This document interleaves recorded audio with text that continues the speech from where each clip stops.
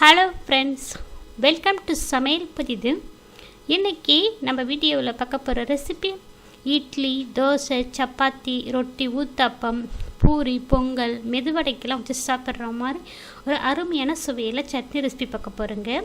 இந்த முறையில் நீங்கள் சட்னி செஞ்சு கொடுத்தீங்கன்னா டிஃபன் ஐட்டத்துக்கு ரொம்ப விரும்பி சாப்பிடுவாங்க. அவ்வளோ ருசியாக இருக்குங்க இந்த சட்னி.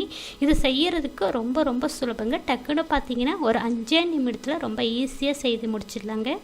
கண்டிப்பாக ஃப்ரெண்ட்ஸ், இந்த சட்னி வீடியோவை பார்த்துட்டு இதே முறையில் இதே அளவோட ட்ரை பண்ணி பார்த்துட்டு எப்படி வந்துச்சுன்னு உங்களுடைய கருத்துக்களை ஷேர் பண்ணுங்கள்.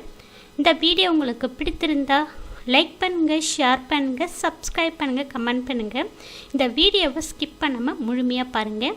இப்போ வாங்க சட்னி ரெசிபி பார்க்கலாம்.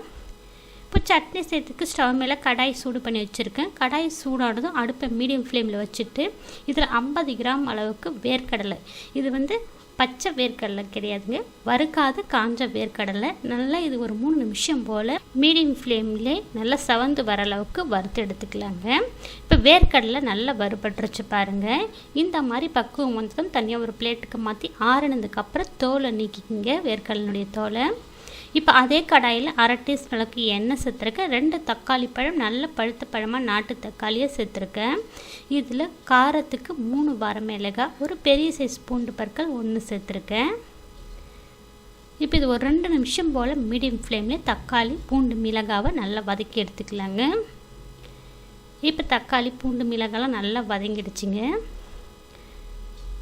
இப்போ இதையும் தனியாக ஒரு பிளேட்டுக்கு மாற்றி சூடு ஆறி வரட்டுங்க. இப்போ நான் வேர்க்கடலையுடைய தோலை நீக்கிட்டு ஆறினதுக்கப்புறம் மிக்ஸி ஜாரில் சேர்த்துருக்கேன். தக்காளி, பூண்டு, மிளகாவையும் ஆறினதுக்கப்புறம் மிக்ஸி ஜாரில் சேர்த்து தேவைக்கேற்ப கொஞ்சமாக உப்பு சேர்த்து கொஞ்சமாக தண்ணி சேர்த்து சட்னியை நல்லா நைஸாக அரைச்சி எடுத்துகிட்டு வந்திருக்குங்க.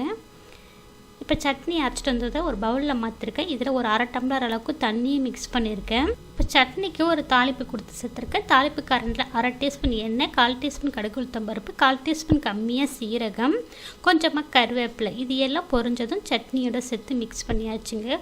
ரொம்ப அருமையாக இருந்துச்சுங்க. சுட சுட இட்லிக்கும் இந்த வேர்க்கடலை தக்காளி சட்னிக்கும் அவ்வளோ ருசிங்க. எவ்வளோ வச்சாலும் சாப்பிட்டுட்டே இருப்பாங்க. நீங்கள் எத்தனையோ முறையில் வேர்க்கடலை சட்னி ட்ரை பண்ணியிருப்பீங்க. இந்த மாதிரி ஃப்ரெஷ்ஷாக வேர்க்கடலை வறுத்து அது கூட தக்காளி மிக்ஸ் பண்ணி அரைச்சி பாருங்கள். எத்தனை இட்லி வச்சாலும் இந்த சட்னிக்காக சாப்பிட்டுட்டே இருப்பாங்க. அவ்வளோ ருசியாக இருந்துச்சுங்க. இட்லி காலியாகுதோ என்னவோ சட்னி சீக்கிரம் காலியாகிடுங்க. கண்டிப்பாக ஃப்ரெண்ட்ஸ், இந்த சட்னி வீடியோவை பார்த்துட்டு இதே முறையில் இதே அளவுகளோட நீங்கள் ட்ரை பண்ணி பார்த்துட்டு எப்படி வந்துச்சுன்னு உங்களுடைய கருத்துக்களை ஷேர் பண்ணுங்கள்.